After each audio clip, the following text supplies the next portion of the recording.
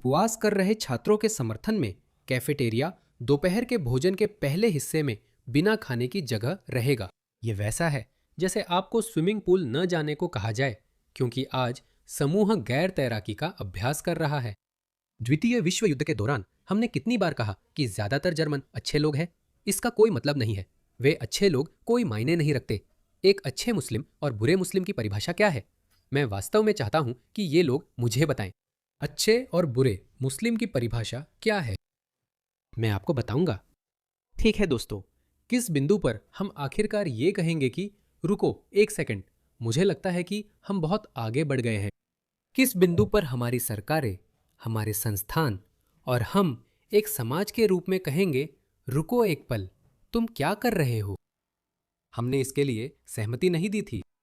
किस बिंदु पर लोग देखेंगे और कहेंगे कि समाज आगे बढ़ते हैं लेकिन हम पीछे जा रहे हैं, और वो भी किसी बेहतर चीज के लिए नहीं बल्कि असल में किसी बुरी चीज के लिए, किसी आदिम, बर्बर, मध्ययुगीन, प्राचीन चीज के लिए। हमारे मूल्य, परंपराएं, मानदंड जो समय के साथ आगे बढ़ने चाहिए थे, वे असल में समय के साथ पीछे जा रहे हैं। और ये सब कुछ हम पर थोपा जा रहा है बिना हमें कुछ कहने का मौका दिए। आपको क्या लगता है ये कब होगा? यूके इसका सबसे बड़ा उदाहरण है, लेकिन यूके अकेला नहीं है। इसे देखिए, ये लेबर पार्टी है। ये लोग अब भी सपनों में जी रहे हैं और सोचते हैं कि इस्लामवादियों या मुसलमानों को खुश कर सीटें जीत लेंगे। ब्रिटेन के मुसलमानों ने पहले ही अपना मन बना लिया है। उन्होंने पहले ही अपना पक्ष चुन लिया है और वे ग्रीन पार्टी के साथ जा रहे हैं। ग्रीन पार्टी वाले खुद ही समय आने पर जान जाएंगे, लेकिन लेबर पार्टी दिशा बदलने या सुधार करने के बजाय और भी ज्यादा झुक रही है। इसे देखिए, मैं आपको चेतावनी देना चाहता हूं। यह आपको परेशान करेगा और करना भी चाहिए। यह व्यंग नहीं है, ये असली है। उत्तरी इंग्लैंड के स्कूलों को सलाह दी गई है कि वे ऐसी कला, संगीत या नृत्य की अनुमति न दें जिसे मुस्लिम मूर्ति पूजा मानते हैं। इंग्लैंड के उत्तर की लेबर काउंसिलों ने हमारे लिए भ्रम दूर करने की कोशिश की है। इस्लाम के उदय के समय 7वीं सदी का अरब उनका जवाब है। इसे देखिए, शेयरिंग द जर्नी नामक एक दस्तावेज में एक नहीं बल्कि कई लेबर काउंसिलों ने स्कूलों से कहा है कि इंसानों की तस्वीरें बनाना मूर्ति पूजा हो सकता है। एक सीधी सही हदीस है जो मुसलमानों को इंसानों या जानवरों की तस्वीरें बनाने से मना करती है, क्योंकि इसे मूर्ति पूजा माना जाता है, क्योंकि सिर्फ अल्लाह को ही जीवित चीजें बनाने का अधिकार है। आप सोच सकते हैं मुसलमान फोटो क्यों खींचते हैं, यहां तक कि बुर्के और दाढ़ी वाले कट्टरपंथी भी? क्योंकि मुसलमानों ने इसका एक चोर रास्ता निकाल लिया है। उन्होंने कहा कि मोहम्मद ने केवल चित्र बनाने से मना किया था। फोटो खींचना अल्लाह की रचना का प्रतिबिंब है। समझदार। और साथ ही संगीत हराम है। दोस्तों सोचो, वही यूके जिसने हमें बीटल्स दिए, Ed Sheeran, अडेल, pink Floyd, Freddie Mercury, आप ऐसे ही नाम गिनते रह सकते हैं। अब उसी देश को ये कहा जा रहा है कि उन्हें म्यूजिक नहीं बनाना चाहिए क्योंकि कुछ मध्ययुगीन लोग इसे हराम मानते हैं।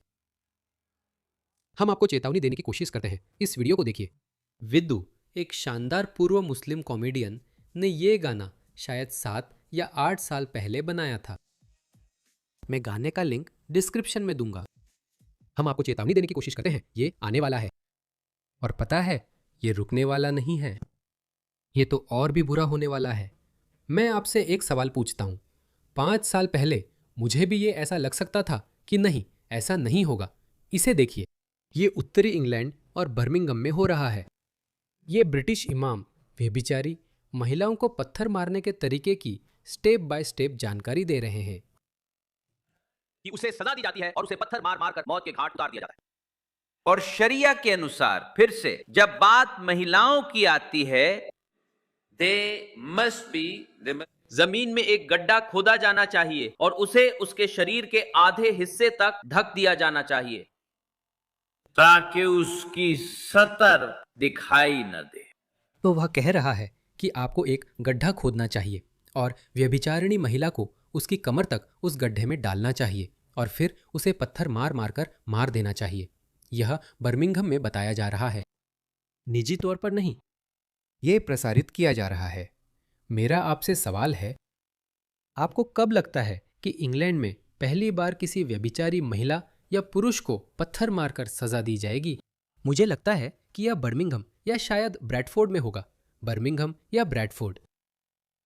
मुझे लगता है कि यह अगले 5 से 6 साल के भीतर होने वाला है। अरे यह मत सोचिए कि मैं व्यंग कर रहा हूं, यह मत सोचिए कि मैं बढ़ा चढ़ाकर बोल रहा हूं। इस्लाम के नाम पर कई दशकों से दसियों हजार ब्रिटिश लड़कियों के जननांगों को विकृत किया गया है। ब्रिटिश सरकार ने इसे गैर कानूनी करने की कोशिश की, पर प्रथा जारी रही। और क्या आपको लगता है कि ये लेबर सरकार या ये दूसरे वोक लोग, ग्रीन्स, क्या आपको लगता है कि वे इसे रोक पाएंगे? नहीं, वे सिर्फ उनकी वोटें जीतना चाहते हैं। लेकिन क्या अब आप समझते हैं कि ब्रिटेन को किस तरह विकसित होना था? हमारे उदारवादी मूल्य और भी अधिक उदार होने चाहिए थे, लेकिन क्या हुआ? असल में वे पीछे गए। हम भी पीछे जा रहे हैं। जैसा मैंने कहा, यह सिर्फ ब्रिटेन की बात नहीं। देखिए, ये कनाडा में हो रहा है। एक कनाडाई स्कूल ने रमज़ान के लिए अपनी खुद की कैफेटेरिया और लंच रूम को नो फूड जोन घोषित कर दिया। इसे देखिए, प्रिय परिवारों, जैसे ही रमज़ान शुरू होता है, हम अपने कई छात्रों, स्टाफ और परिवारों के लिए इस महत्वपूर्ण समय का सम्मान करना चाहते हैं। रमज़ान आत्मचिंतन, प्रार्थना, उदारता और समुदाय का महीना है। हम रमज़ान मना रहे सभी को शुभकामनाएं देते हैं और स्कूल को सभी के लिए सहायक व सम्मानजनक बनाए रखने के लिए प्रतिबद्ध है। जो छात्र रोज़ा रख रहे हैं, उनका समर्थन करने के लिए हम दोपहर के भोजन के समय विशेष रूप से बिना खाने वाले स्थान उपलब्ध कराएंगे। कक्षा 4 से 6 तक कैफेटेरिया लंच के पहले आधे हिस्से में बिना खाने वाला स्थान रहेगा। छात्र दूसरे हिस्से में बाहर जाएंगे। तो गैर मुस्लिम बच्चों का, जिनका इस बकवास से कोई लेना देना नहीं है, भाई कैफेटेरिया तो खाना खाने के लिए बना है। मुस्लिम बच्चों को तो सबसे पहले रोज़ा रखने के लिए मजबूर भी नहीं किया जाना चाहिए, ठीक है?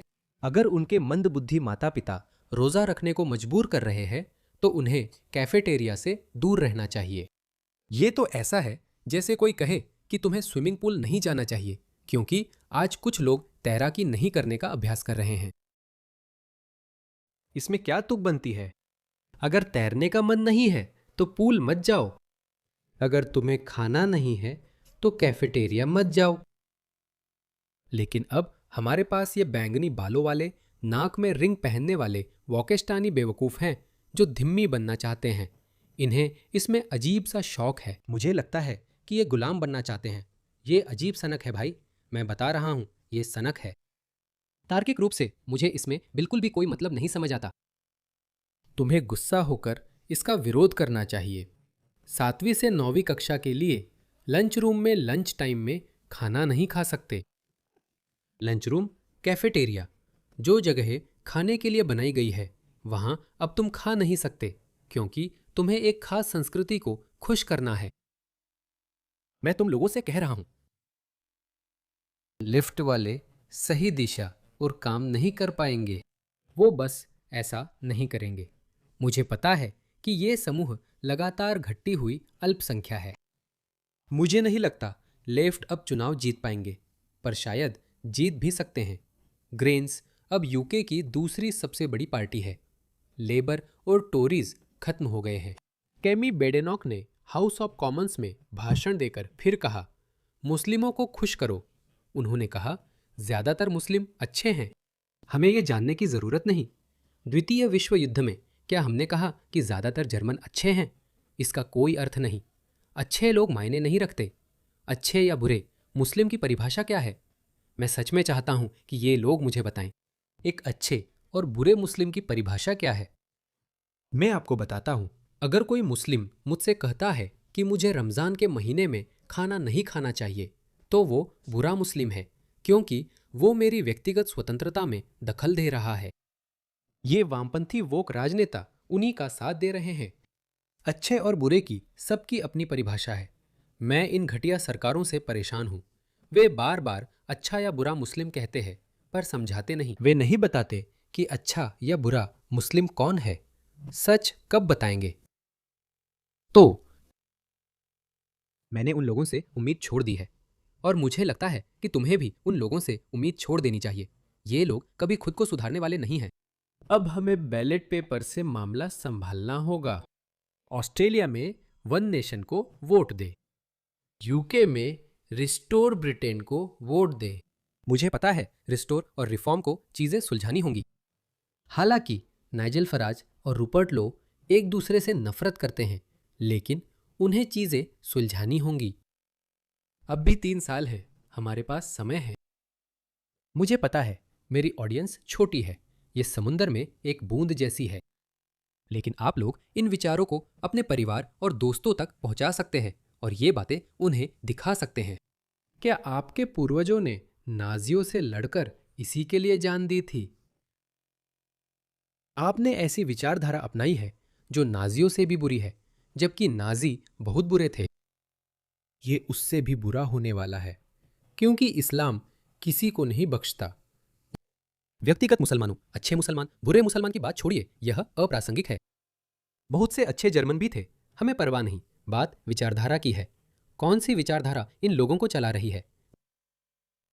वह विचारधारा औद्योगिक स्तर पर नाजियों से कहीं ज्यादा बड़े और खतरनाक पैमाने पर मौत और तबाही लाने वाली है, क्योंकि नाजियों के पास 20वीं सदी की तकनीक थी। इन लोगों के पास 21वीं सदी की तकनीक होगी। ये कोई अच्छा भविष्य नहीं है।